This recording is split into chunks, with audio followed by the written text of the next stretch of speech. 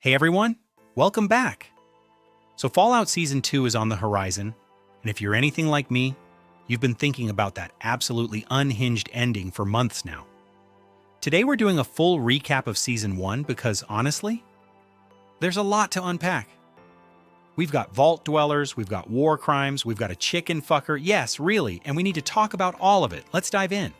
Our story kicks off in Vault 33, and right away, the show does something brilliant. It gives us this almost sickeningly perfect underground community. Everyone's friendly, everything's clean, crops are growing, and our protagonist, Lucy McLean, is the embodiment of Vault Tech optimism. She's getting married to a guy from Vault 32, their sister vault, and she's genuinely excited about it. But here's where things go sideways immediately.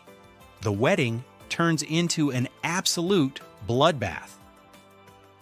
The people from Vault 32? Not actually from Vault 32. They're raiders from the surface who've infiltrated the vault, and they brutally massacre Lucy's friends and neighbors. Even worse, they kidnap her father, Hank McLean, who's the overseer. Now, Lucy's not just some sheltered vault dweller who's going to sit around waiting for help. She's got that main character energy, and she decides to venture up to the surface to rescue her dad.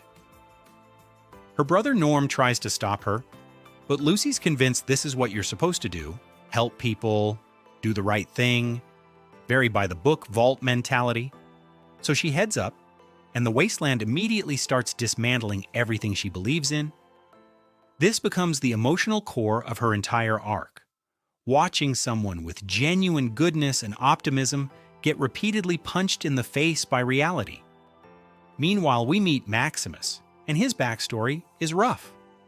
As a kid, he watched his family get killed by raiders, and then, in what he thought was a miracle, the Brotherhood of Steel showed up in their power armor and saved him. To young Maximus, they looked like knights, like heroes.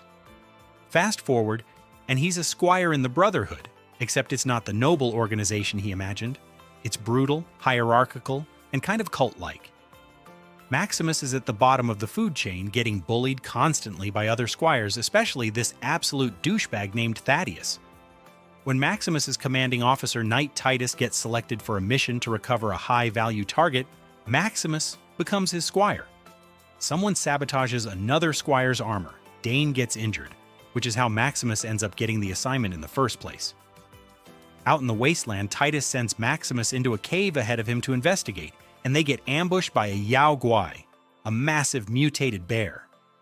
Instead of being the heroic knight Maximus imagined, Titus panics, runs away, trips, smashes his head on a rock, and gets mauled. Maximus manages to kill the creature, but Titus is badly wounded and begs for a stim pack to heal himself. Here's the dark turn. While Titus is bleeding out, he's still screaming at Maximus, insulting him, threatening him with torture for failing as a squire. Maximus just stands there. He doesn't give Titus the stim pack. He watches him die, disgusted by this coward who doesn't live up to the Brotherhood ideals. Then Maximus takes the armor and starts calling himself Knight Titus. And then there's Cooper Howard, aka the Ghoul, aka the best character in the show, let's be honest. Through flashbacks, we learn Cooper was a Hollywood actor before the war, a cowboy star who did Vault Tech commercials with his daughter Janie.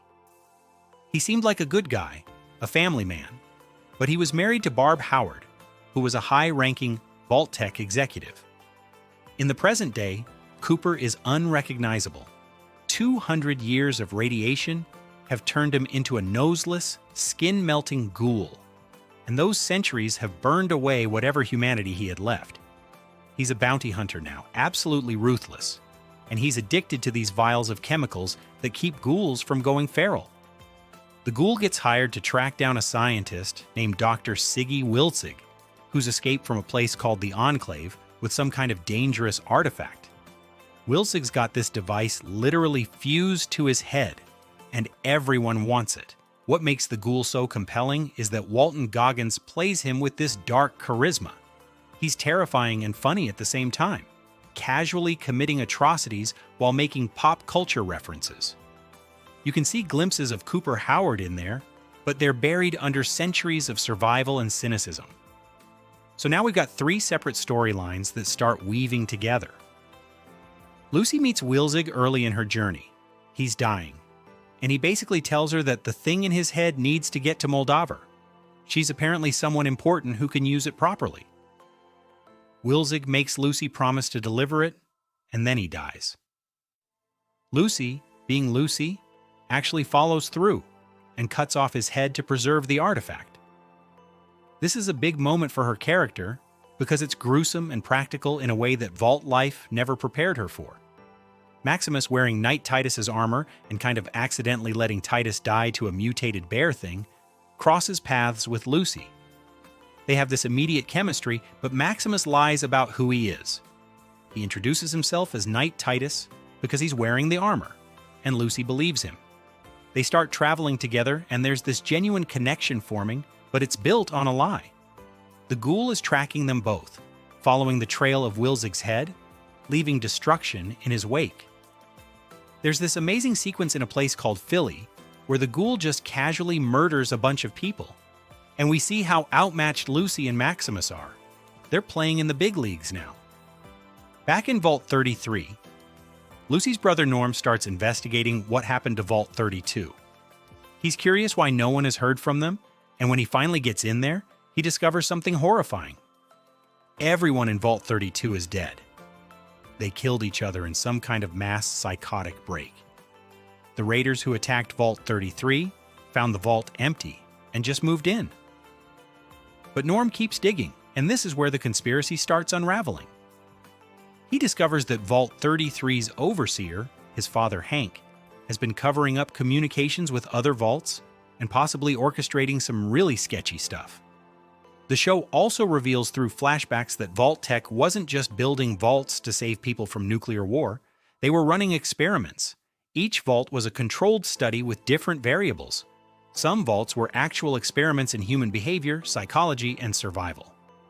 Vault 33 and 32 were part of something called the triplication experiment, where three identical vaults would see which governance model worked best. This recontextualizes everything. The vaults weren't salvation, they were laboratories. Eventually, Lucy tracks her father to Moldaver, who's holed up in Griffith Observatory with a bunch of NCR remnants. That's the new California Republic for you game fans. Turns out Moldaver knew Lucy's mom, Rose, and here's where it gets wild. Moldaver reveals that Hank isn't the hero Lucy thought he was. Years ago, when Rose discovered the truth about Vault Tech's experiments and what they'd really done, she wanted to leave and take the kids. Hank, unable to accept this, kidnapped Lucy and Norm and brought them back to Vault 33, trapping them underground. Rose was from the surface originally, from a place called Shady Sands. And here's the gut punch.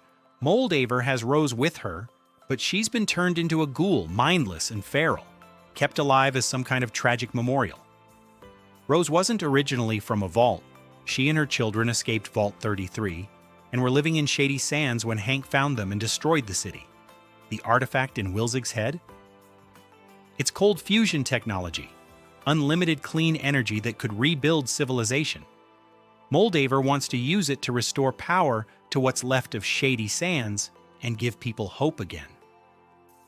Hank, representing Vault Tech's interests, cannot let that happen because Vault Tech's entire model depends on the surface staying inhospitable. The finale becomes this massive three-way battle at Griffith Observatory, and it's chaos. The Brotherhood of Steel shows up with vertibirds and troops in full force because they want that cold fusion tech for themselves. Maximus is caught in the middle.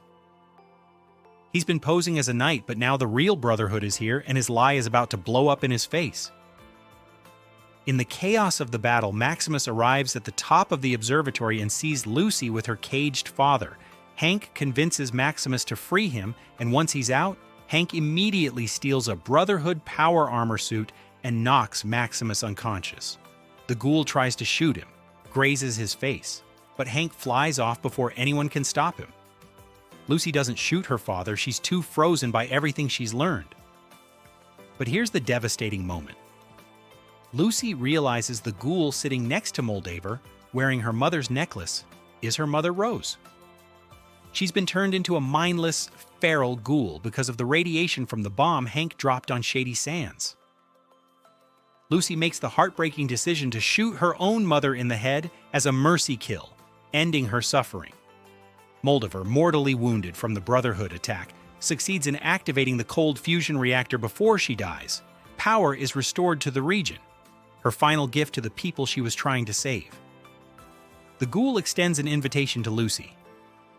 Come with me to hunt down Hank and whoever's really running Vault Tech, or stay with the Brotherhood and probably get executed for what she knows. Lucy chooses to go with the ghoul. She's been completely transformed. No longer the naive vault dweller, but someone who's willing to do what's necessary to survive and get answers. Maximus survives and wakes up surrounded by the Brotherhood, who celebrate him as a hero for defeating Moldiver, even though he didn't. The Brotherhood now controls the cold fusion technology, which is terrifying given their authoritarian tendencies. And in the final moments, we see where Hank is headed. New Vegas. He stands on a hill looking out at the iconic Vegas skyline in the distance, and the credits roll through the New Vegas Strip with its casinos and the famous Welcome to Fabulous New Vegas sign. But the real bomb drops in the flashbacks. We learn that Vault Tech, along with other corporations, didn't just prepare for nuclear war. They literally discussed who should drop the bombs first to ensure their vault experiments could proceed. The strong implication is that Vault Tech started the apocalypse, and Cooper's wife Barb was one of the executives who pitched the idea. So yeah, that's where we're at heading into Season 2. Lucy's lost everything and gained a harsh education in survival. Maximus is now celebrated by the Brotherhood, but knows the truth about their corruption. The ghoul is hunting for answers about his family and Vault Tech's current leadership, and Hank is headed to New Vegas, which suggests whoever's pulling the strings is there. This is going to be absolutely wild. Let me know your theories in the comments, and I'll see you when Season 2 drops.